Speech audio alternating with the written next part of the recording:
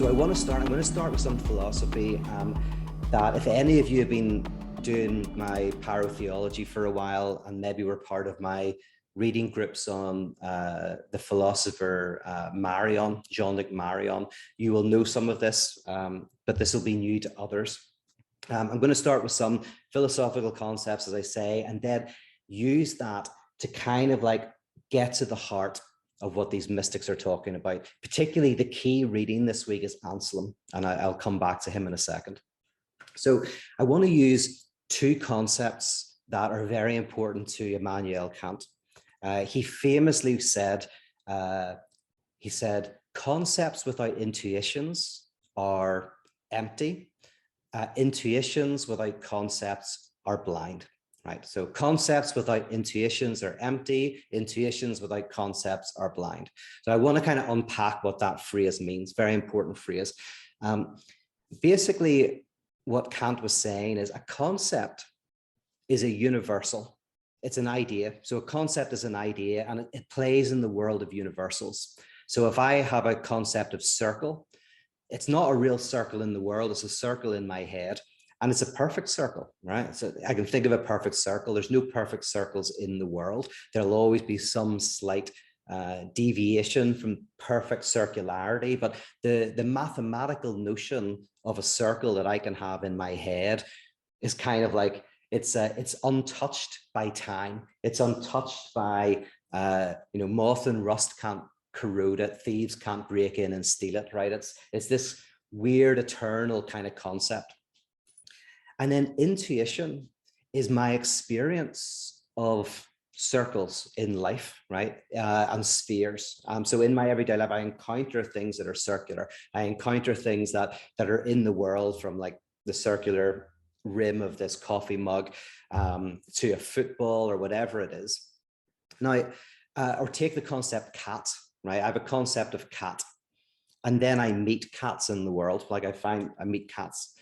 Now, the intuition is the experience of cats, and the concept is the concept cat. So why is a concept without intuition empty? Well, that's pretty easy. That means that if I have a concept of cat, but I never encounter any cats in the world, it's a very empty concept, right? It's just an idea. It's just a thought. There's no richness to it. I'm not touching a cat. I'm not stroking a cat. I'm not feeding a cat. So it's kind of empty. But why is intuition without concept blind? That's because, and this is harder to kind of maybe understand at first, but if I had no concept of cats, I wouldn't be able to distinguish a cat from anything else. So it'd be kind of blind. I wouldn't know what the difference between a cat and a dog is, or a cat and a speaker is, or a cat and a computer is. The concepts, these universal concepts, help me, shift things and put things in boxes and understand what a cat is. So we need concepts and we need intuition. That's basically that. We have ideas in our head and then we materially encounter individual things in the world. Now, basically all of our everyday experiences are experiences in which they can be called pure phenomenon, where we have a concept of something like cats, and then we have our intuition, we have cats ourselves.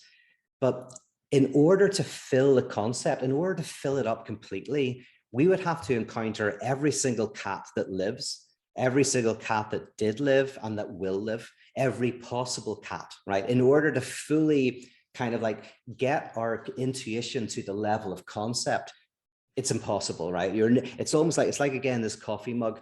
It's the intuition fills it, but doesn't get to the very top. No matter how many cats I meet, or the city of Belfast, where I'm from, I have a concept of Belfast, and living there and learning about it and learning about its politics and history, I fill that concept up. I give it richness, but I'll never know everything there is to know about Belfast. The concept will never be fully fleshed out.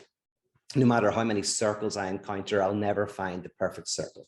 So there's a certain way in which in everyday life, intuition never quite fills the concept, right? In normal everyday life. But there is an exception. And the exception is something that Immanuel Kant did mention, and it does exist in philosophy, but in the 20th century, it wasn't talked about very much. And Jean-Luc Marion really brings this out. So he says, right, let's imagine this kind of concept. And intuition is always going to be getting close to the top of concept, never fully fills it out. There's another possibility. There's a possibility in which you could have an intuition that excels a concept. So instead of intuition never quite getting up to the level of concept, Marion says, it's possible that there's an intuition, i.e. an encounter with something in the world that your concept can't grasp, that basically short circuits your concept, that you cannot put into words or into ideas. And Marion calls this a saturated phenomenon, right?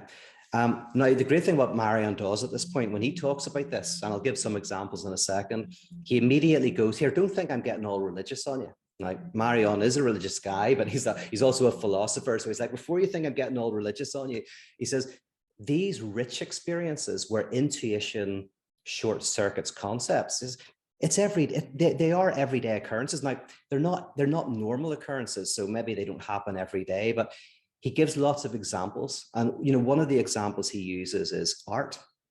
If you go and one of my favorite places to go, I've only been a few times, it's in Houston. It's called the Rothko Chapel. And it's this chapel that was designed by Mark Rothko. And it has these paintings by Rothko in the chapel. I think there's 12 because or it's 9, I think nine large canvases. And this is shortly before he took his life. And you sit in that tiny chapel in Houston with these mammoth canvases that Rothko did, which are almost black. And if you're in the right frame of mind, you feel it. You feel something. Those paintings kind of resonate, they echo, it can even have an emotional experience, right? It's called a chapel, and a lot of people go there. It's not a chapel to any particular religion, and in fact, it's a chapel to the nothingness in a way. It's an experience of a kind of pure transcendence. And if you ask yourself, what do the paintings mean? You don't, they're beyond the concept. There is no concept. You can conceptualize their size and the type of paint that's within them.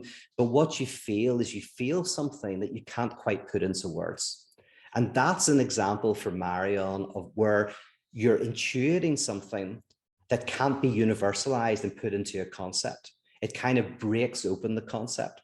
By the way, the word trauma is a good word to use on this, because trauma is a happening that you cannot conceptualize in a way. So in a way, a trauma is something, whether it's very violent or not, it's still something happens, say, to the child. Some event occurs that they are unable to put into the symbolic.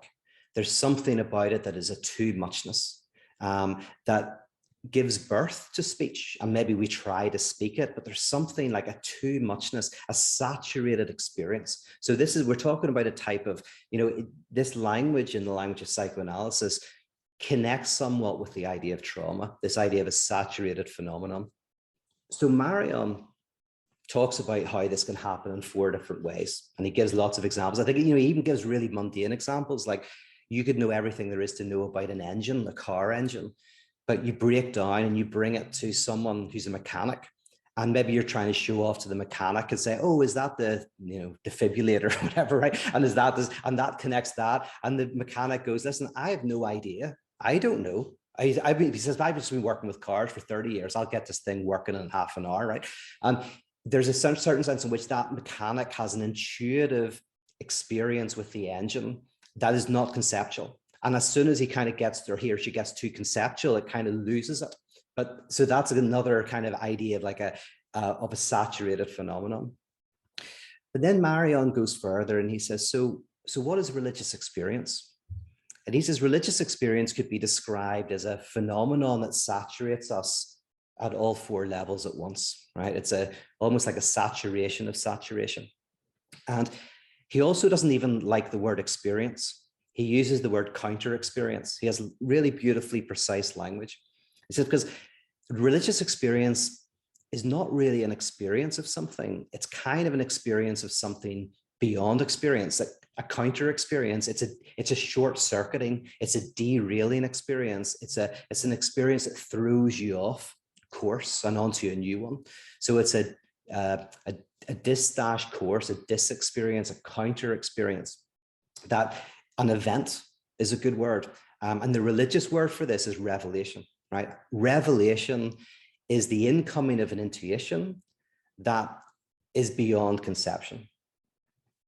Now, here's the first thing I want to say about this, is that now you start to go, oh, wow, atheism is inherently intertwined with theism then, because for the mystic, every time you conceptualize the intuition, you have to kind of reject that concept, because the concept doesn't do justice to the experience itself. So every theism, every conceptual theism you create, you have to also negate and say, well, God is love, but not like I understand love. Like that every time I use a word, every time I put this event, this awe-inspiring counter experience into words, there's a certain sense in which the words don't quite do it justice, and therefore also have to be negated. And in this reading, and there's actually there's a quote by Jung I like, which is, he says, religion is a defense against God. And I like this a lot. And I want to kind of change it a little bit, but keeping to, I think, the truth that's within that comment.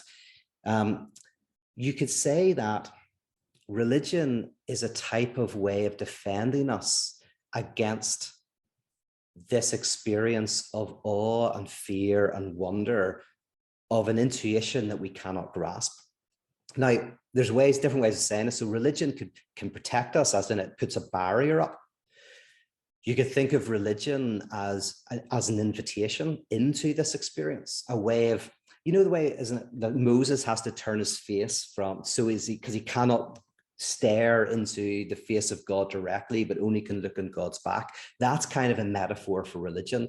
Religion is like, we cannot stand the full encounter with this experience of mystery and transcendence. And so religion, in a way, is a veil that we use, a semi-permeable veil that allows us to kind of have some distance and some proximity and difference. So it protects us, but it also kind of allows us some sort of access at its best.